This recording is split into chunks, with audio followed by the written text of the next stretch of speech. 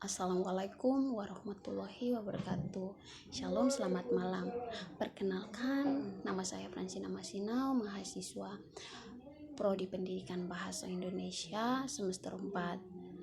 Saya akan menjelaskan beberapa bahasa tabu yang dalam bahasa Moi. Yang pertama, menyebutkan kata buaya dan nama orang yang sudah meninggal ketika mancing, karena itu mendatangkan seseorang yang mancing itu tidak akan mendapatkan rezeki atau ikan. Yang kedua, makan makanan dingin atau makanan yang sudah dimasak dari malam dan disimpan hingga pagi hari, lalu makan terus pergi keluar entah ke hutan untuk berburu atau ke laut untuk memancing, itu mendatangkan musibah, entah muncul buaya atau mendapatkan ular atau mendapatkan luka di hutan ataupun di laut. Yang ketiga, makan daun pepaya. Menantu dan mertua makan daun pepaya secara bersamaan, karena itu si menantu akan dikena denda, menandakan ke mertuanya karena sudah makan daun pepaya secara bersama-sama, itu tidak boleh. Dan yang berikutnya, seorang istri yang sedang melahirkan tidak boleh diskorsing selama sebulan, tidak boleh tidur bersama suaminya dan makan masakan yang dimasak dalam satu tungku api. Jadi tungku api sang suami dan istri harus berbeda, karena jika suami memakan masakan dari satu tungku api yang ada pada istri, itu akan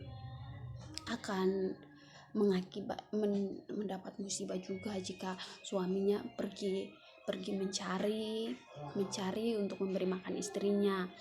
Dan dilarang juga seorang istri yang melahirkan itu tidak boleh keluar dulu sebelum sebulan penuh, sebulan setelah melahirkan, karena itu tidak boleh, masih seperti bau amis si bayi, itu sangat tidak dapat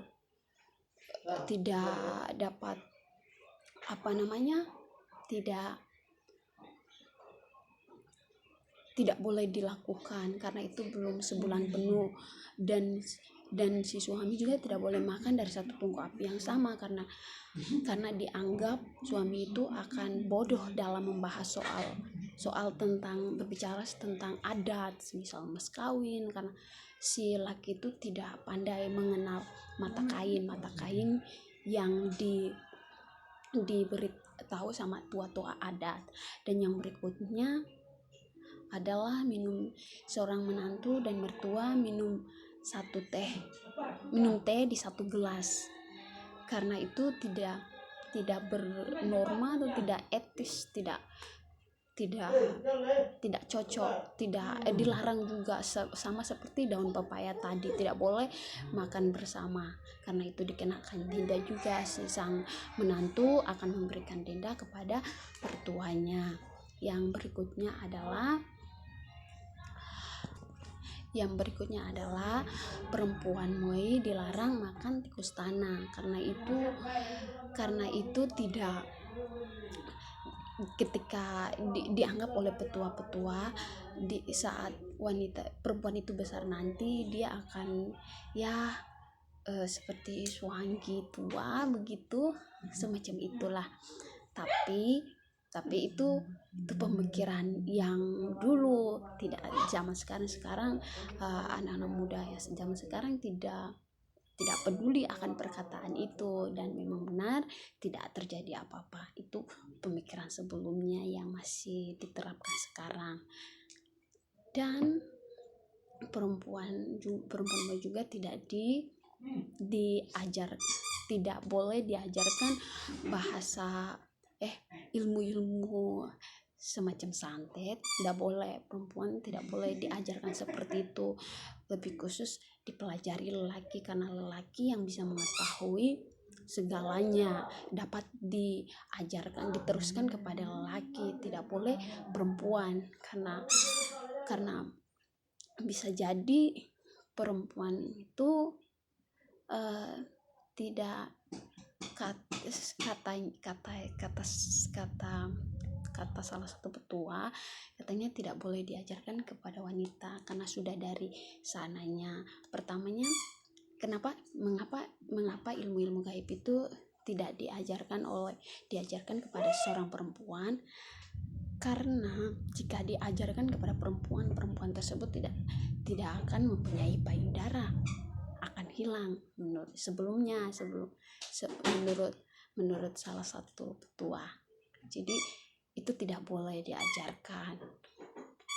Dan ada juga saat perempuan mendapat halangan atau menstruasi, tidak dilarang untuk keluar entah ke laut, ke berburu di hutan, karena itu mendatangkan bahaya juga.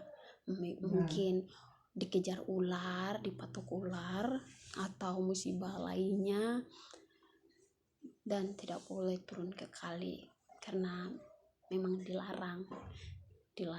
Jadi saat mendapat halangan atau menstruasi, diwajibkan perempuan itu hanya boleh tinggal di rumah selama menstruasi itu berlangsung. Dan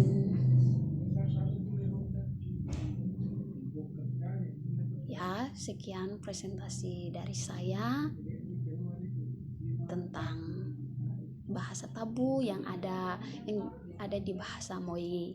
Terima kasih. Assalamualaikum warahmatullahi wabarakatuh. Terima kasih.